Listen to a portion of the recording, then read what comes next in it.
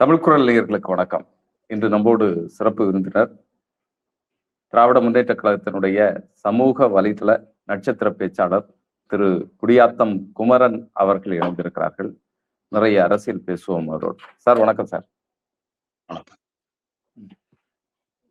Election பரபரப்பு இப்ப கூடிட்டே இருக்கு. தாவேகா கட்சி தலைவர் விஜய் அவர்கள் நேற்றைக்கு மும்பை கிளம்பி போயிருக்கிறாரு தனி விமானத்துல. பாஜகவோட எங்களுக்கு கூட்டணி இல்லை அப்படின்னு சொன்ன பிறகு இவர் மும்பை போறாரு. அங்க அரசியல் சந்திப்புகள் இருக்கும் அப்படின்னு சொல்லப்படுகிறது. ஆனா பரவலாக வெளியில பேசுறது தனிப்பட்ட விஷயமாக போயிருக்கிறாருன்னு சொல்லி ஏற்கனவே சிபிஐ விசாரணைக்கு போன நேரம் முந்தின நாளை இவர் அமித்ஷாவுடைய மகனை சந்திச்சதாக எல்லாம் பரவலாக பேசப்பட்டது. இவர் அம்பானியினுடைய யாரோ ஒரு நபர் சந்திச்சதாகவும் பாஜகவோட கூட்டணி பற்றி பேசினதாகவும் கூட தகவல்கள் கசிஞ்சது. எப்படி பாக்குறீங்க சார்? இங்க தேர்தல் வேலைகள் படுபயங்கரமா தீவிரமாக எல்லா கட்சிகளும் முன்னெடுத்துட்டு இருக்கக்கூடிய நேரத்துல இவர் இங்க பயணித்து கொண்டிருப்பது அடுத்த ஏதாவது கூட்டணிக்கான வாய்ப்புகளை கதவுகளை திறக்கிறதுக்கு பாக்குறாரா? என்ன நடந்துட்டு? அவங்கதான் தெளிவா சொல்லிட்டாங்களே சார், நாங்க யாரோட கூட்டணியில தனித்து நிக்கிறோம். எங்களுக்கு எவ்வளவோ ஆஃபர் வந்துச்சு. துணை முதலமைச்சர் கொடுக்குறோம், நாங்க 6 மந்திரி தரோம். நாங்க அப்புறமா 2.5 வருஷம் விஜய் முதலமைச்சர், 2.5 வருஷம் எடப்பாடி பழனிசாமி முதலமைச்சர், இவ்வளவு ஆஃபர் கொடுத்தாங்க. இதுக்கெல்லாம் எதுக்குமே மயங்காம எங்களுக்கு மக்கள் தான் முக்கியம், நாங்க மக்களோட தான் கூட்டணி வைக்க போறோம்னு சொல்லி நாங்க தெளிவா இருக்கிறோம், உறுதியா இருக்கிறோம்னு அந்த சாதவர்ஜன் அவன் பேசினானே. ஏதோ ஒரு மீட்டிங் வடசென்னையில விடிவாக்கத்திலே பெரம்பூர்லயோ ஒரு மீட்டிங் அவன் பேசினானே. யாரோட கூட்டணி போறது என்ன ஒரு உண்மையான விஷயம் உங்களுக்கு சொல்லட்டுங்களா? அவங்க இவங்கிட்ட பேசுறது உண்மை, இவன் அவங்கள்ட்ட பேசுறது உண்மை, அமித்ஷா பையன் ஜெய்ஷா பேசுறதெல்லாம் உண்மை. அவங்க எல்லாம் இந்த திருட்டு பையன் ஆதவர்ஜன் ஆகிட்டோ நிர்மல் குமாரோ விமல் குமாரோ அந்த பேரு அவங்ககிட்ட எல்லாம் பேசல. டைரக்டா ஒரு ஆள் மூலியமா அவங்க யாரு மூலியமா பேசினாங்கன்னா விஜய் கிட்ட ஒரு ஆள் மூலியமா அவங்க பேசினாங்க. இதுக்கு புரோக்கர் வேலை பாக்குறது யாருன்னு கேட்டா அந்த துக்ளக் குருமூர்த்தி. இது யாருக்கும் தெரியல. இவன் 70 சீட்டு 100 சீட்டு என்ன, அப்புறமா 70 சீட்டு அண்ணா பணம், இவ்வளவு பணம் அவ்வளவு பணம்னா. எடப்பாடி பழனிசாமி உண்மையிலே சொல்ல போனா 50 சீட் 40 சீட்ல இருந்து 50 சீட்டு கொடுத்துடலாம், ஆனா நான் தான் சிஎம். எடப்பாடி பழனிசாமி வச்ச ஒரு டிமாண்ட் என்னன்னு கேட்டா, எடப்பாடி பழனிசாமி அமித்ஷா கிட்ட பேசுவாங்க. அமித்ஷா தைரியமா எடப்பாடி பழனிசாமி பேச முடியாது. பிஜேபி தரப்புல இருந்து பேசுவாங்க. இல்ல, அவங்கள்ட்ட எடப்பாடி பழனிசாமி பேசுனது என்னன்னா, உண்மையிலே இது நடந்த ஒரு பேச்சுவார்த்தை. என்ன பேசுனதுன்னா, விஜய் அதாவது எடப்பாடி பழனிசாமி பிஜேபி தரப்புல பேசுனது என்னன்னு கேட்டா, இந்த மாதிரி நான் பிஜேபியோட கூட்டணி வச்சதுனால இஸ்லாமிய ஓட்டு எனக்கு வராது, கிறிஸ்தவ ஓட்டு எனக்கு வராது, இன்னும் சொல்ல போனா பட்டியலினத்தர் ஓட்டு கூட எனக்கு வராது, அவ்வளவு ஓட்டு வராது, நின்று போயிடும். நாங்க எவ்வளவு ட்ரை பண்ணோம், எழுச்சி தமிழர் திருமாவளவன் எவ்வளவு ட்ரை பண்ணோம். அவரு பிஜேபி எங்க கூட இருக்கிறதுனால அவர் வரல. பல கட்சிகள் எங்களோட வரமாட்டேன்ட்டாங்க, நீங்க பிஜேபியோட கூட்டணிக்கிறீங்க அதனால வரலான்ட்டாங்க. சோ எனக்கு பெரிய லாஸ். அதனால நீங்க என்ன பண்ற, விஜய் என் கட்சி கூட்டுவான், என் கட்சி கூட்டணி கூட்டுவான், அவன் எதிர்கட்சி தலைவரா இருக்கட்டும். என்ன பர்சன்டேஜ் நான் எங்களுக்கு 60% 40% அவங்களுக்கு கொடுத்துடுறோம். இதெல்லாம் எடப்பாடி பழனிசாமி பேசுன பிஜேபி கிட்ட. விஜய் எங்க கூட்டணி கூட்டுவான், நான் அப்பெல்லாம் சரி 50 சீட்டு கொடுத்துடலாம், நான் தான் சிஎம், எதிர்கட்சி தலைவரா இருக்கட்டும். அதே நேரத்துல விஜய் மட்டும் நீ என்கிட்ட கூட்டினார் கூட திரிஷாவையும் கூட்டணும். இது எத்தனை பேருக்கு தெரியும்? திரிஷாவையும் கூட்டணும் வரணும். திரிஷா விஜய் பிரச்சாரத்துக்கு வந்தா கூட்டம் எப்படி இருக்கும்? அளவு மோதம் கூட்டம். இவர் மனைவிக்கும் இவருக்குமான ஒரு வழக்கு போயிட்டு இருக்கு. இந்த நேரம் இப்படி அழைச்சிட்டு வர்றது பொதுமக்கள் மத்தியில எப்படி பார்ப்பாங்க? தொண்டர்கள் எப்படி பார்ப்பாங்க? இங்க இருக்கக்கூடிய பெண்கள் எப்படி பார்ப்பாங்க? விஜய் அந்த வழக்கு கோர்ட்ல ஃபைல் பண்ண பிறகு கோர்ட்ல பிரச்சனை வருது. விஜயனுடைய மனைவி சகோதரி சங்கீதா அவர்கள் இந்த மாதிரி நீதிமன்றத்துல விவாகரத்தை கேட்கறாங்க. அவர் நடிகையோட தொடர்புல இருக்கிறாரு. தேவைப்பட்ட நடிகை பேர் கூட சொல்லுவேன், எங்க குடும்பத்துக்கு எந்த ஜீவனாம்சம் கிடையாது, எங்களுக்கு நடுரோட்ல விட்டாருன்னு பிரச்சனை போயிட்டே இருக்கும் போது தானே ஒரு ரிஷா கூட்டு ஒரு கல்யாணத்துக்கு போனா இல்ல. இந்த பிரச்சனை எல்லாம் ஸ்டார்ட் ஆயிடுச்சு. ஸ்டார்ட் ஆகி ஒரு வாரம் ஓடிட்டு இருக்கு. அதை நிரூபிக்கிற மாதிரி தைரியமா கூட்டு போனானே ஏஜிஎஸ் ஃபேமிலி ஏதோ ஒரு கல்யாணத்தை கூட்டு போனானே. 2 பேர் கார்ல பின்னால உட்காந்து வராங்க. அவ முன்னால இவன் விஜய் பின்னால உட்காரல. 2 பேர் கார்ல ஒன்னா உட்காந்து 2 பேர் இறங்கி வராங்க. புருஷன் பொண்டாட்டி கூட அவ்வளவு ஒற்றுமை வர மாட்டாங்க. சரிங்களா? கிளி மாதிரி பொண்டாட்டி இருந்தாலும் குரங்கு மாதிரி குத்தி இருக்கணும்னு சொல்லுவாங்க. ரொம்ப இணக்கமா இருப்பாங்க. இது கூட ஒரு தனிப்பட்ட விஷயம்னு சொல்லி பாத்துக்கலாம். ஆனா ஒரு அரசியல் மேடையில ஏறும் போது அதை எப்படி ரசிப்பாங்க மக்கள்? ஒரு ஏற்கனவே இருக்க ஒரு மனைவியை விவாகரத்து பண்ண பிறகு இப்படி ஏதாவது சம்பவங்கள் நடந்தா பிரச்சனை இல்லை. ஆனா இந்த பிரச்சனை போயிட்டு இருக்கும் போது, விவாகரத்து வழக்கெல்லாம் போயிட்டு இருக்கும் போது மேடையில கொண்டு வந்து நிறுத்துறது மிகப்பெரிய சிக்கலாகாதா? ஏன் சார் அதெல்லாம் அதை பத்தி அவன் கவலைப்பட்டாதானே சார்? அதை பத்தி அவன் கவலைப்பட்டாதானே? ஆனா மக்களுக்கு கவலை இருக்குமே சார். அதை பத்தி ஏன் சார் இந்த மக்களுக்கா எனக்கு உண்மையில எலெக்ஷன் நேரம் கொஞ்சம் எதுவும் நான் பேசக்கூடாது. நான் ரொம்ப என் பேச்சுக்கு நானே சென்சார் போட்டு நானே எடிட் பண்ணி பேசுறேன். அவனுக்கு மக்களை பத்தி கவலை இருக்கு. இந்த மக்களா ஒரு ஏர்போர்ட்ல போறான், சரக்கு பாட்டோட போய் மாற்றான், எல்லாரும் தான் பாக்குறாங்க, நடிக்கிறான். வேலூர் அந்த போது அகரஞ்சர்ல நடிக்கிறான், எப்படி நடிக்கணும்னு டைப் பண்ணி கொடுத்துறாங்க. அதுவும் அவனுடைய ட்ரோனே அதை வந்து படம் பிடிச்ச சோசியல் மீடியால வைரலா வருது. எல்லாருக்கும் தெரியும் அவன் யாரு என்னன்னு. இருந்தாலும் அவனை பத்தி என்ன பேசுறாங்க? புருஷனா அவரு விஜய்க்கு நாங்க அக்காவா இருப்போம், தங்கச்சியா இருப்போம், பொண்டாட்டியா இருப்போம் பேசுறா இல்ல? அது குறைந்தபட்சம். ஆனா பொதுவான மக்களுடைய அபிப்பிராயம் அப்படி இருக்காது. நமக்கு மீடியாவில தெரிகிறது வந்து ஒரு சிலர் பேசுறது கொஞ்சம் இந்த அரசியல் விவரம் இல்லாம, நாகரிகம் இல்லாம சிலர் பேசுறது தெரியுது. ஆனா பொதுவான மக்களுடைய பார்வை இப்படி இருக்கும்னு நம்ம சொல்ல முடியுமா சார்? அதை பத்தி அவன் கவலைப்படல. அந்த கவலை அவனை எதிர்க்கிற குடியாத்த கொம்மானுக்கு இருக்குது. ஒரு நடுநிலையாளரான தமிழ் குரல் தொலைக்காட்சி உங்களுக்கு இருக்குது. அதை பத்தி அவன் கவலைப்படலாம். அவன் என்ன நினைக்கிறான்? இந்த மக்கள் முட்டாள்டா.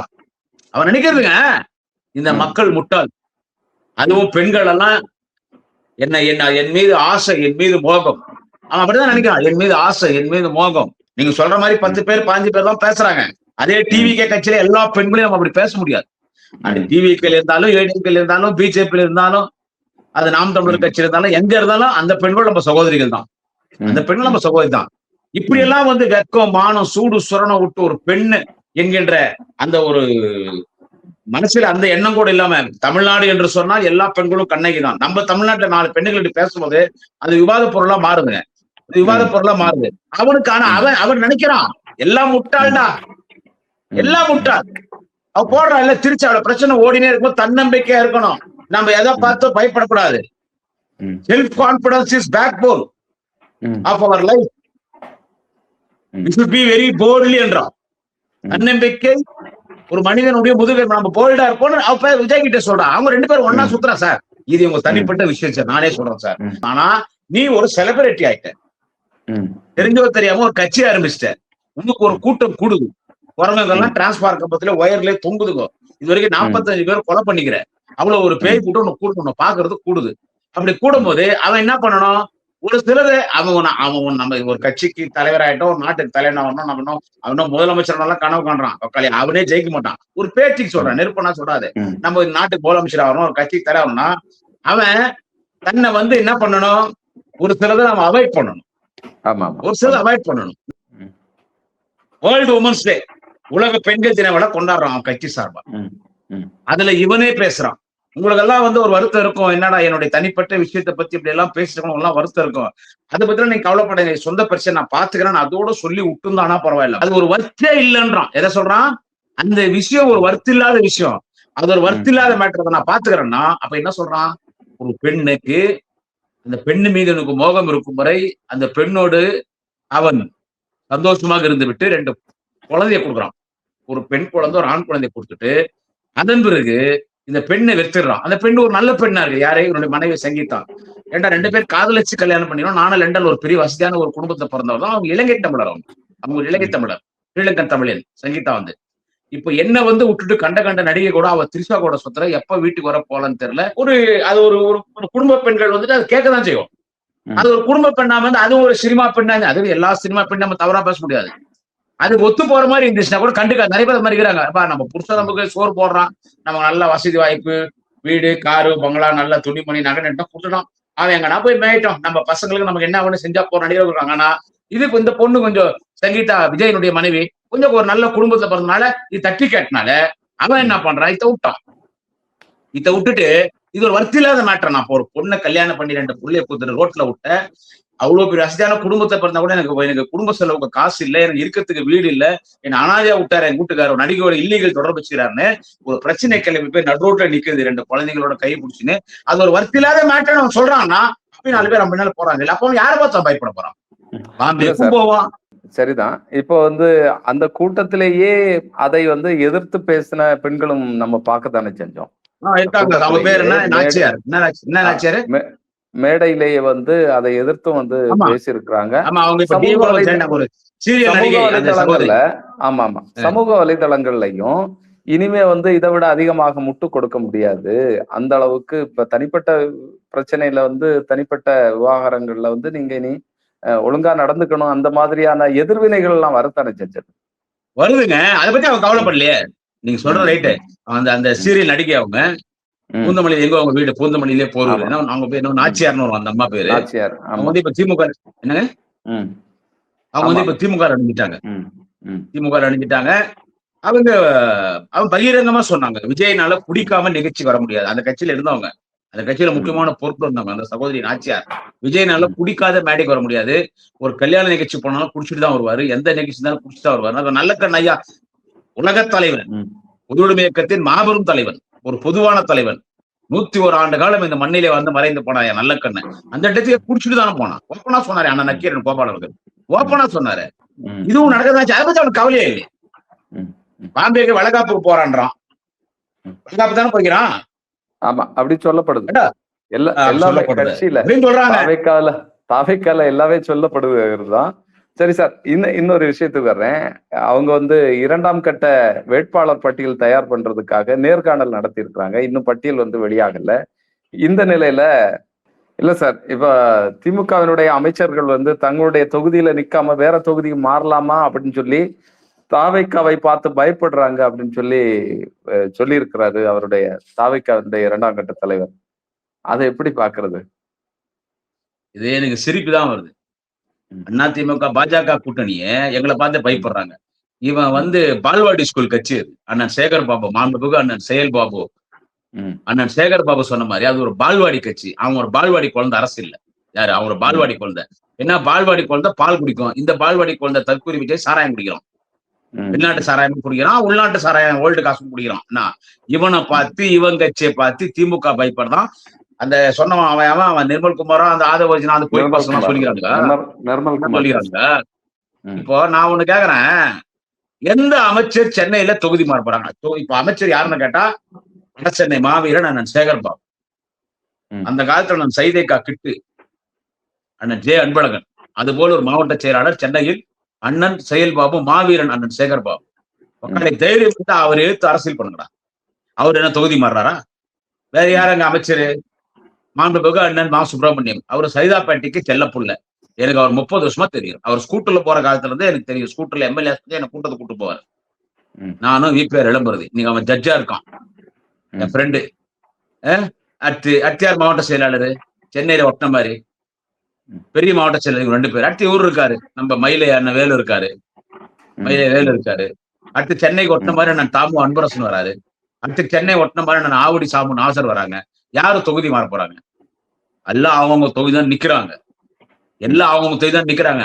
ஆதவர்ஜனா எப்ப சொங்களோட நீங்க 10,000 ஓட்டு நீங்க தாண்டுங்களா? சென்னையில ஆனானப்பட்ட ஜெயலலிதாக்கே நாங்க தண்ணி காட்டணும்டா. ஜெயலலிதா விடு, புரட்சி தலைவர் எம்ஜிஆருக்கே சென்னையில நாங்க தண்ணி காட்டணும்டா. சென்னை அதிமுக ஆட்சிக்கு வருது 2001. ஆனா மேயர் தலைவர் தளபதி ஸ்டாலின் ஜெயிக்கிறார். 2001 ஏடிஎம் ஆட்சிக்கு வந்தது சார். ஆட்சிக்கு வந்து 6 மாசம் உள்ளாட்சி அரசு நடக்குது சார். மேயருக்கு தலைவர் தளபதி நிக்கிறார் சார். பல லட்சக்கணக்கான ஓட்டுல ஜெயிக்கிறார். ஆனா அனௌன்ஸ் பண்ண மாட்டேன்றான். வேற வழி இல்லாம ஒரே ஒரு 5,000 ஓட்டுல ஜெயிச்சார்னு அறிவிக்கிறோம். இது சென்னை. இப்ப சென்னை திமுகவின் தகர்க்க முடியாத 1000 மடங்கு இரும்பு கோட்டையாக மாறி இருக்கிறது. அங்க நீ வந்து என்னடா பண்ணுவ? அங்க விஎஸ் பாபு நம்பி பேசுறானுங்க. விஎஸ் பாபுன்னு சென்னையில ஒருத்தர் புரசவாக்கத்துல எம்எல்ஏ இருந்தாரு. டிஎம்கேல மாவட்ட செயலர் இருந்தாரு. அவங்க வீட்டுல நாட்கணக்கில் தங்கி அவங்க அண்ணன் மாவட்ட துணை செயலாளர் எம்எல்ஏ விஎஸ் பாபு, அவங்க தம்பி விஎஸ் ரவி, அவர் வந்து பகுதி செயலாளர். நாட்கணக்கில் அவங்க வீட்டுல தங்கி நான் வந்து புரசவாக்கத்துல தெரு தெருவா கூட்டம் பேசியிருக்கோம். தெரு தெருவா கூட்டம் பேசியிருக்கோம். நானும் வீட்டில் 2 பேர் கூட்டம் பேசியிருக்கோம். அந்த ஆளு கொளத்தூர் தொகுதியில அது கொளத்தூர் தொகுதியா மாறுது. தளபதி அங்க நிக்கும் போது தளபதி எதிர்த்து வேலை செய்யறாரு. நிறைய தில்லுமுள்ளு பண்ணிட்டாரு, துரோகம் பண்ணார். அவர் VS பாபு அவர்களை எந்த கட்சி மாவட்ட செயலர் ஆக்கியதோ, எந்த கட்சி அவர் MLA ஆக்கியதோ அந்த கட்சிக்கு முதுகில் குத்திய ஒரு துரோகி யாருன்னு கேட்டா VS பாபு. தளபதிக்கு எதிர்த்து வேலை செஞ்சார். அப்புறம் திமுக பார்த்து பயந்து ஓடி போய் அதிமுக போய் மாவட்ட செயலர் ஆகி அங்க எடப்பாடி பழனிசாமிக்கு குளிப்பதிச்சு, எடப்பாடி பழனிசாமி முதுகுல குத்தி, கடைசியில் அங்கிருந்து துரத்தி இப்ப விஜய் கிட்ட அந்த ஆள் வந்துடும். சோ விஜயோட இருக்கவங்க எல்லாம் யாரு சொல்லு சார், ஒண்ணு மட்டும் சொல்லு சார். அவன் கூட இருக்கவங்க யாருன்னா தலைவர் இருக்காங்களா சார்? அவன் கூட இருக்கிறவங்க தலைவர் யாரு இருக்காங்க? அவன் ஆதவர்ஜுனா அவன் கேடி பிராட் பையன், எலெக்ஷன் முடிஞ்சோன்னா ஜெயிலுக்கு போயிடுவான். அவன் புத்தி ஆனந்தன் இட்டுன்னு வட்டா இட்டுன்னு போட்டா என்ன சொல்றது, அவன் ஒரு ஆளு. அது அவன நிர்மல் குமாரோ விமல் குமாரோ அவன் ஒருத்தன், அவன் IAS ஆபீசர் ஒருத்தன் தான். அவன் நம்பர் 1 ஃப்ராட். அருண்ராஜ் IRS அவன் நம்பர் 1 ஃப்ராட். அவன் அடுத்த அந்த ராஜ்பவன் ஒருத்தவரான். வேற யாரு அந்த கட்சியில இவங்க பின்புலம் என்ன? அவங்க யாருன்னா லீடர்ஸா? அமைச்சர்கள் தொகுதி மாறுறாங்களாமா? இந்த VS பாபு ஒரு துரோகி, அவனை வச்சுட்டு சென்னையில டே அவர் சேகர் பாபு இது ஆனானப்பட்ட ஜெயலலிதாவே எதனா ஒண்ணு சென்னையில பாபு போய் பாருங்க, பாபு போய் பாருங்க. அந்த சென்னையில நீ வில்லிவாக்கத்தை நிப்பானா, பெரம்பூர்ல விஜய் நிப்பானா, அங்கங்க அவன் நிப்பானா, திமுக அவனை பார்த்து பயப்படுறதா? ஐயோ அப்பா, இதெல்லாம் பேசும்போது எனக்கு சிரிப்புதான் வருது, காமெடியா இருக்குது. RK நகர் ஜெயலலிதா கோட்டையை அடிச்சு நொறுக்கிட்டோம். ராயபுரம் நான் தான் சொன்னாரு மைண்ட் ரோட் ஜெயக்குமார், அதே அடிச்சு நொறுக்கிட்டோம். ராயபுரம் RK நகர் ஒற்றாட்சி எல்லா ஏரியா நீங்க பாத்தீங்கன்னா சென்னையில எல்லாமே இன்னைக்கு திமுக கோட்டை. இதோட இன்னும் 10 மடங்கு ஆகும். இதோட 10 மடங்கு ஆகும். இவன் ஒரு ஆளுன்னு இவன் நம்பி இவனுங்க எல்லாம் பேசிக்கிட்டு இன்னைக்கு சோசியல் மீடியால வைரலா போடுறதால இப்ப நாங்கெல்லாம் அவனுக்கு பதில் சொல்றதாகுது. அதனால இதெல்லாம் அவன் இன்னும் எலெக்ஷன் வேலையே ஆரம்பிக்கல, தெரியுமா உங்களுக்கு? சும்மா ஊசிச்சிருந்தான். அவன் இன்னும் எலெக்ஷன் வேலையே ஆரம்பிக்கல. ஒரு சார் 3 கோடியில இருந்து 5 கோடி கேட்கறானுங்க ஒரு MLA சீட். யாருக்கு பணம்? குடியாத்துல பாத்தீங்க, என் ஊர் குடியாத்தம் தொகுதி. கேக்குறதுன்னா அங்க வேலை செய்யறதுக்கு செலவு செய்யறதுக்கு இவ்வளவு இருந்தா நீங்க நிக்கலாம் அப்படிங்கிற மாதிரி சொல்றாங்களா? இல்ல பணமே கேக்குறாங்க, பணம் கொடுத்தோம். 3 கோடியில இருந்து 5 கோடி கொடுத்துரு, பணம் கட்டணும். அந்த பணம் கட்டணும் சார். கட்சி பணம் கட்டணும். ஆமா, கட்சி பணம் கட்டணும். நான் சொல்ற இடத்துல கொடுத்துரு, 3 கோடியில 5 கோடி கொடுத்துரு. எந்த நம்பி நான் அவனுக்கு சீட்டு கொடுக்கட்டும்? அவன் எங்க போவான்? இப்ப குடியாத்த எடுத்துங்க. குடியாத்துல யார் பாக்குறாங்க டிவிக்கேன்னு பார்த்தா என் பக்கத்து தொகுதி கேவிக்குப்பம். நான் கேவிக்குப்பம் தொகுதி ஓட்டர். இங்க யாருமே இல்ல, MLA நிக்கிற மாதிரி தகுதியானவங்க யாரும் இல்ல. குடியாத்துல ஒரு அற்புதமான கேண்டிடேட்டா தலைவர் தளபதி அறிவிக்க போறார். கேவிக்குப்பத்துல அற்புதமான கேண்டிடேட்டா தலைவர் தளபதி அறிவிக்க போறாரு. இது எங்க மாவட்டத்துக்கு நான் சொல்றேன், எங்க மாவட்டத்துக்கு. சோ எல்லா தொகுதியிலும் அற்புதமான கேண்டிடேட். திமுக கூட்டணி, தளபதியினுடைய சாதனை. எங்களை எதிர்த்து டிவிக்கு ஓட்டு போறதுக்கு இங்க நிக்கிறதுக்கு ஆளே அங்க இருக்கிறான். குடியாத்த சொல்றேன், கேவிக்குப்பத்தை சொல்றேன், அணைக்கட்டு சொல்றேன், வேலூர் சொல்றேன், காட்பாடி சொல்றேன். இது என் டிஸ்ட்ரிக்ட் சார், இது என் டிஸ்ட்ரிக்ட். வேலூர் ரெவன்யூ மாவட்டம். இங்க நிக்கிறது எவனா எனக்கு கண்ணுக்கு தெரிஞ்ச ஆளே இல்ல.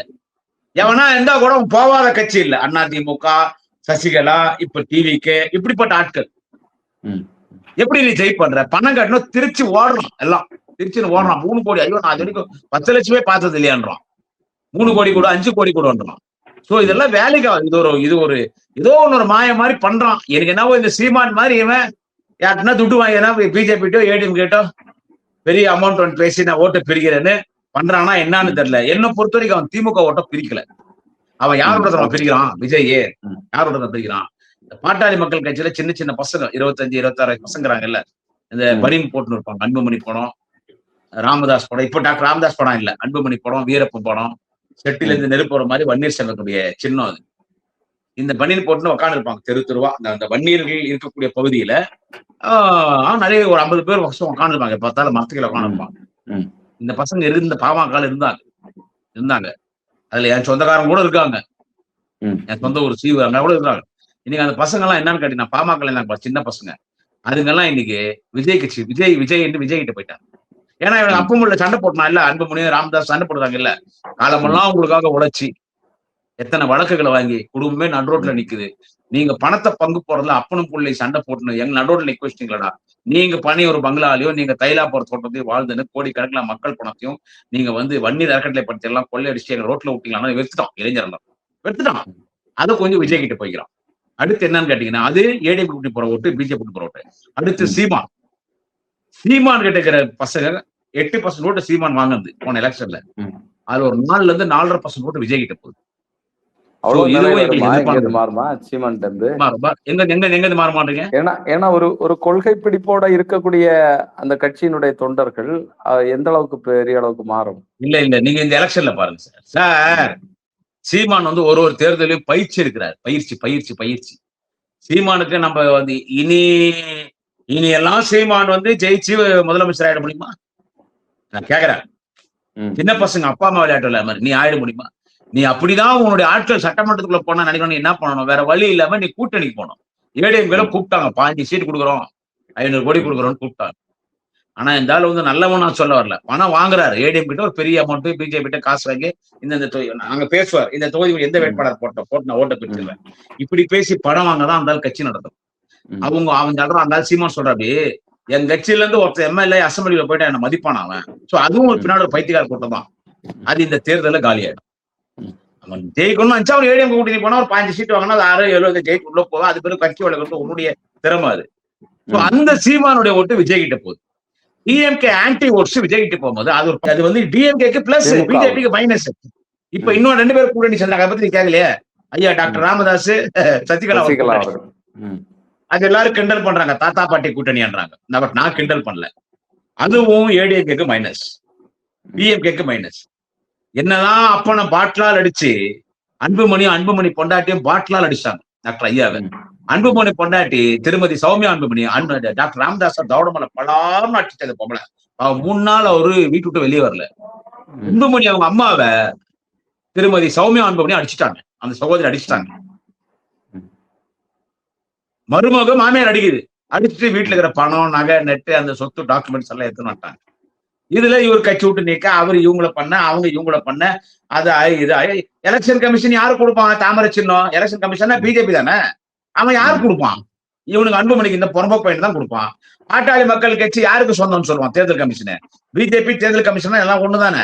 பிஜேபி ஒரு அன்னி தேர்தல் கமிஷன், அவன் அன்புமணி தான் கொடுப்பான். ஆனா ஓட்டு வங்கி கீழே பிரியும். இப்ப சசிகலா அவர்களும் ராமதாஸ் அவர்களும் சேர்ந்து அதிமுகவினுடைய ஓட்டு வங்கி கீழே பிரிஞ்சிச்சு. நிர்வாகிகள் வேணா அன்புமணி கூட இருக்கலாம், கீழே கிரவுண்ட்ல இருக்கா பாருங்க. நீங்க 50 வயசு 60 வயசுல உயிரோடு இருக்காங்கல்ல. இந்த 50 வயசு இருக்கிறவங்க தான் அன்னைக்கு சின்ன பசங்க எல்லாம் போயிட்டு அந்த 7 நாள் தமிழ்நாட்டை ஸ்தம்பிச்சு போச்சு மண்ணீர் பகுதியில. நான் பெங்களூர்ல இருந்து வரேன், சின்ன பையனா, ஒரு டெத்துக்கு வர எங்களால போக முடியல. ஒரு கிறிஸ்டியன்ல ஒரு இஸ்லாமிக்ல நாங்க லாக் ஆயிட்டோம். நான் கண்ணால பார்த்தேன் எப்படி அடிச்சாங்க, என்ன பண்ணாங்க. 22 பேர் சுட்டு சாகடிச்சு இன்னைக்கு ஏடிஎம் காட்சியில சுட்டு சாகடிச்சாங்க.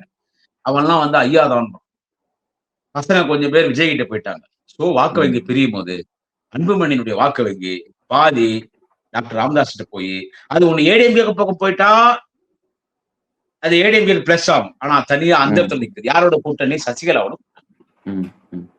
ஆனா உண்மையிலே டாக்டர் ஐயா ராமதாஸ் இந்த நிலைமை வந்துடக்கூடாது. நான் பரிதாபப்படுறேன். ஏன்னா வன்னியர்கள் பகுதியில நீங்க தனித்தே போட்டிட்டு இருக்கலாம், நடக்கட்டும் போடா, என்ன அடிச்சே இல்ல, என் பொண்டாட்டி அம்மா அப்பா அடிச்சு பண்ண அன்புமணி மகனை பக்காளி ஒண்ணு இந்த தேர்தல ஒரு தொகுதி ஜெயிக்காத மாதிரி பண்ற பாருன்னா தனித்து நின்றுக்கலாம்.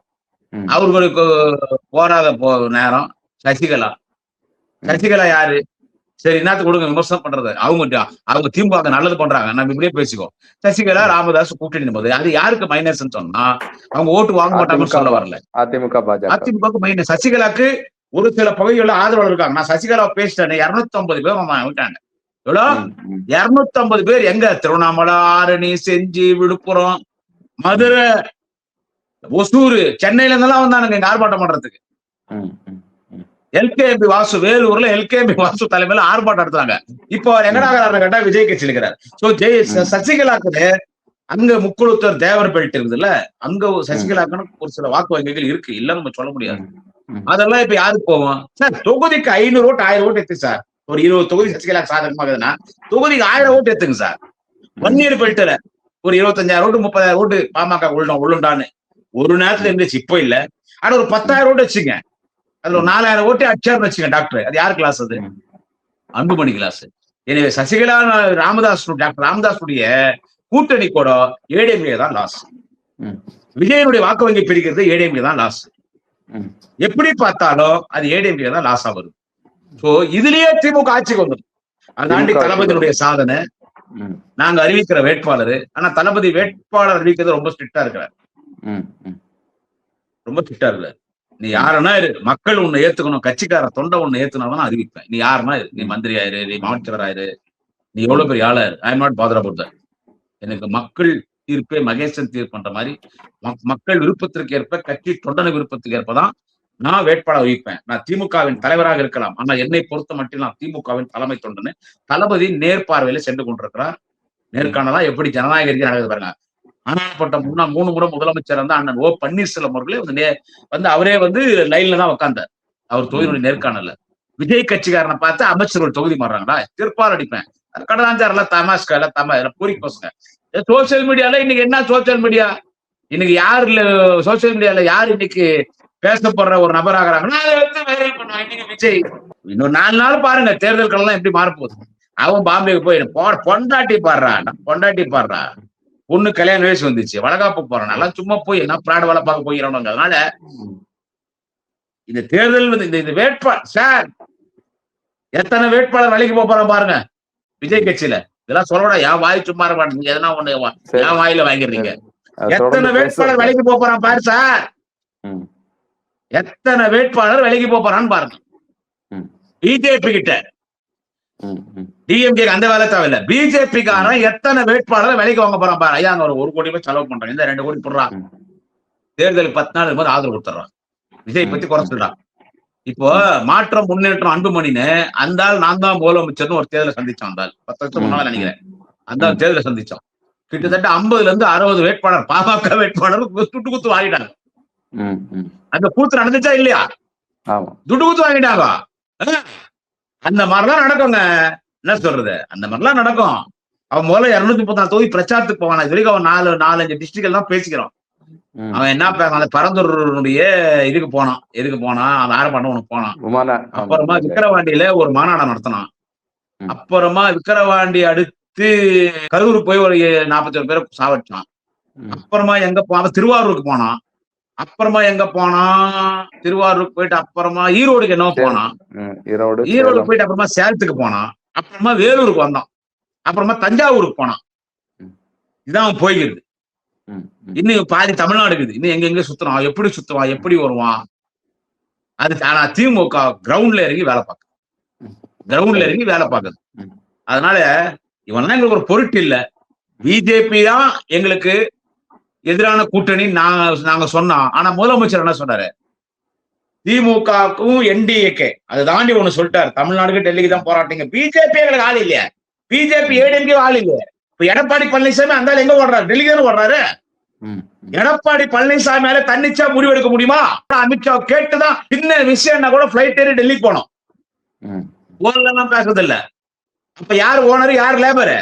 Owner BJP Amit Shah, Modi, labour Edappadi Palaniswami.